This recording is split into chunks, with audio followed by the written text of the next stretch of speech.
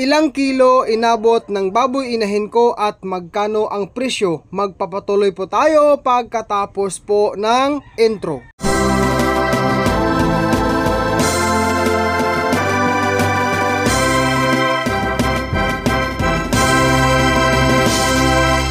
Hi mga ka-farmers, magandang araw po sa ating lahat. Kumusta na po kayo guys? For today's video, akin lang pong i-share sa inyo ang pagbinta ko po ngayong araw na ito sa akin pong baboy inahin, no? So atin pong makikita guys na ang kanila pong truck ay pinapaatras po, no? Para ma-plaster po ang kanilang service na yan. So may laman na po yung mga baboy fattening. Yan guys, ako po ay tumutulong sa pag-sign or sinyas, no? Sa pag-atras nila. So, hindi ko po pala muna sila guys pinapayagan o hindi ko po sila inaalaw na yung mga buyer na ito ay lumapit or pumasok sa aking babuyan, no? Alam naman po natin bilang mga hog resource na protocol sa pag-alaga ng baboy, no? Yung biosecurity. Isa po yan guys sa mga rules ko na wag magpapapasok ng buyer sa akin pong small backyard piggery.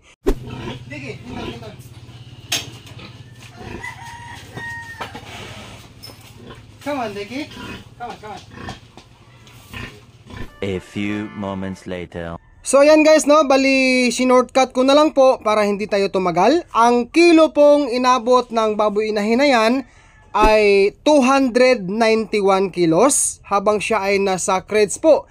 And then binawas po namin ang kilo sa crates na 30 kilos. Ang remaining po ay 261 kilos po ang live weight sa akin pong baboy inahin. So, 261 kilos times 155 pesos per kilo po sa inahin equals 40,455 po ang total amount po na binayad sa akin ng buyer. Okay, so linawin ko lang ha kasi alam ko po na meron talagang viewers na nagtatanong dyan. Kuya Dodong, bakit mababa ang kilo sa live weight sa inahin? Ganito kasi yan eh. According po sa buyer na contact ko, direct contact sa buyer, ang baboy inahin po kapag umabot lamang ng 150 kilos hanggang 199 kilos, ang kuha nila sa live weight or bilihan ay 150 pesos per kilo only. Kung umabot po ng 200 kilos pataas, ang kuha nila po ay 155 pesos per kilo. Yan po ang bracket ng buyer guys na binigay sa akin. Bracket po sa presyo ng baboy inahin ceiling, no?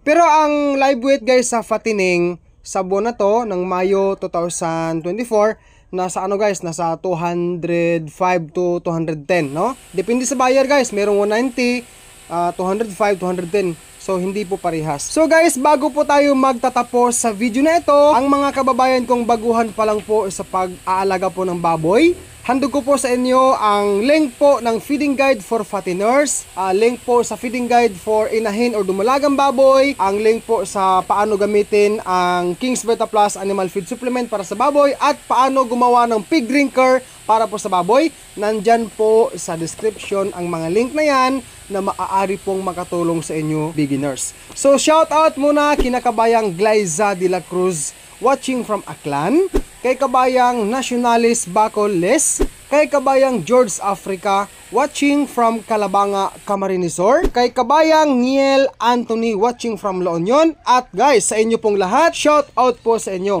Ang King's Vita Plus Animal Feed Supplement mabibili po sa Agri-Vet stores nationwide. Kung hindi ito available sa inyong lugar, maaari po kayo mag-direct order sa Shopee sa KBM Agri-Vet lines. Pwede rin sa Facebook page ng King's Vita Plus Animal Feed Supplement. Link nila ay nasa description, o pwede po kayo mag-text o tumawag sa kanilang cellphone number 0917-795-0220. Available po ang COD or cash on delivery. Ako po si Dudong Villaran ang nagpapasalamat po sa inyong lahat for watching this video, at kung ikaw po ay hindi pa nakapag-subscribe, kindly subscribe now and hit the bell ring for more upload. God bless po, happy farming everyone, and peace out po sa ating lahat mga ka-farmers.